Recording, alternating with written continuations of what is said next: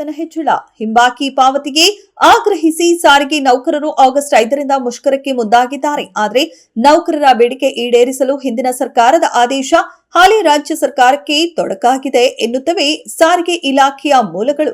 ರಾಜ್ಯ ರಸ್ತೆ ಸಾರಿಗೆಯ ಸಂಸ್ಥೆಯ 4 ನಿಗಮಗಳ ನೌಕರರು 2024ರಿಂದ ಜಾರಿಗೆ ಬರುವಂತೆ ಮೂಲ ವೇತನಕ್ಕೆ ಶೇಕಡಾ 25ರಷ್ಟು ವೇತನ ಹೆಚ್ಚಿಸಬೇಕು ಹಾಗೂ 2023ರಲ್ಲಿ ಆದೇಶಿಸಿದ ಶೇಕಡಾ 15ರಷ್ಟು ವೇತನ ಹೆಚ್ಚಳ ಆದೇಶವನ್ನ 2020ರ ಜನವರಿಗೆ ಅನ್ವಯವಾಗುವಂತೆ ಜಾರಿ ಮಾಡಿ 38 ತಿಂಗಳ ವೇತನ ಹಿಂಬಾಕಿ ಪಾವತಿಗೆ ಆಗ್ರಹಿಸುತ್ತಿದ್ದಾರೆ. ಅನುಕಂಪದ ಆಧಾರದಲ್ಲಿ ನೇಮಕಾತಿ ಪ್ರಕ್ರಿಯೆಯಲ್ಲಿ ಆಗುತ್ತಿರುವ ವಿಳಂಬ ತಪ್ಪಿಸಲು ಹೊಸ ಮಾರ್ಗಸೂಚಿಗಳನ್ನು ರಚಿಸಿದ ಹೈಕೋರ್ಟ್ ಅವುಗಳನ್ನು ಪಾಲಿಸುವಂತೆ ಸರ್ಕಾರಕ್ಕೆ ಆದೇಶಿಸಿದೆ.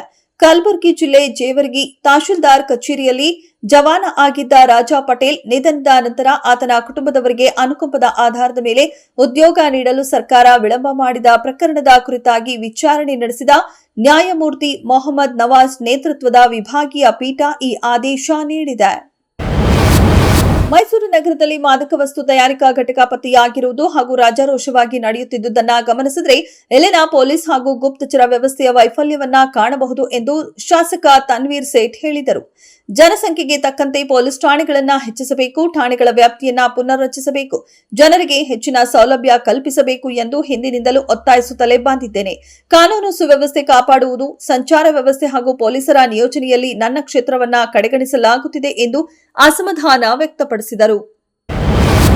ಕೃಷ್ಣಾ ನದಿಗೆ ಅಡ್ಡಲಾಗಿ ವಿಜಯಪುರ ಜಿಲ್ಲೆಯಲ್ಲಿ ನಿರ್ಮಿಸಲಾಗಿರುವ ಆಲಮಟ್ಟಿ ಆಣೆಕಟ್ಟೆ ಎತ್ತರ ಹೆಚ್ಚಳ ಮಾಡದಂತೆ ಕರ್ನಾಟಕವನ್ನ ತಡೆಯಬೇಕು ಎಂದು ಕೋರಿ ಮಹಾರಾಷ್ಟ್ರದ ಮುಖ್ಯಮಂತ್ರಿ ದೇವೇಂದ್ರ ಫಡ್ನವೀಸ್ ಕೇಂದ್ರ ಸರ್ಕಾರಕ್ಕೆ ಪತ್ರ ಬರೆದಿದ್ದಾರೆ.